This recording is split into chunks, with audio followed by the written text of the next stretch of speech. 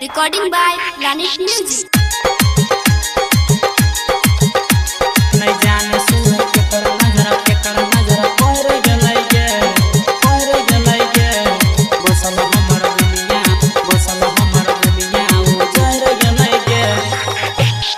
DJ Sumit Satish Rahima. Music director Sangha. नहीं जाने सुन के कर नजर पर गलई के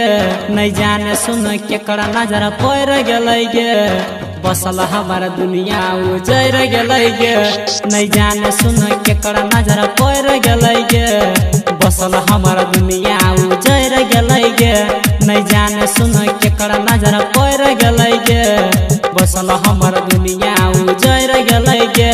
आ दिलवा में छुरी हमरा चल गलई गे दिलवा में छुरी हमरा चल गलई गे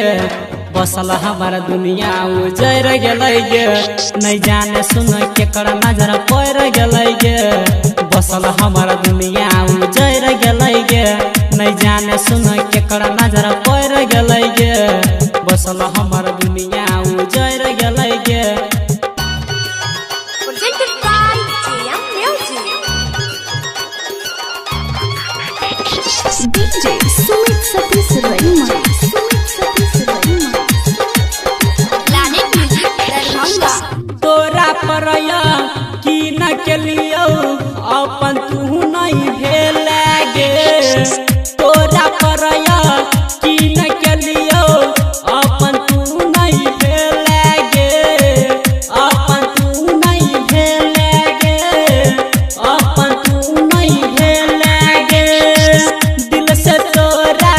चाहे रहियो तैयो तू भूले लगे तैयो तू भूले लगे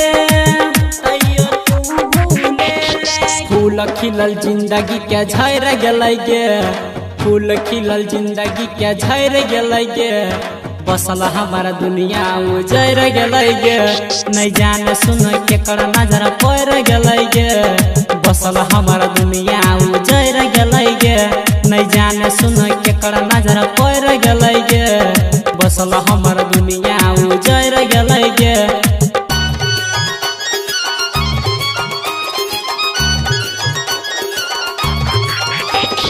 DJ Sumit Satish Rahima. Planet Music Darbhanga. ए ना किया बोल ना गे हमारे संगे केलही गे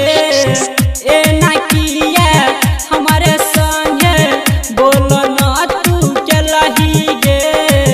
बोल ना तू केलही गे बोल ना तू केलही गे रमन जिया दब के वादा किया नहीं भेलही गे किया नहीं भेलही गे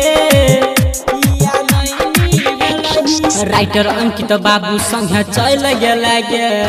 राइटर अंकित बाबू संगे चल गेला गे बसल हमार दुनिया उजर गलै गे नहीं जाने सुन के कर नजर पर गलै गे बसल हमार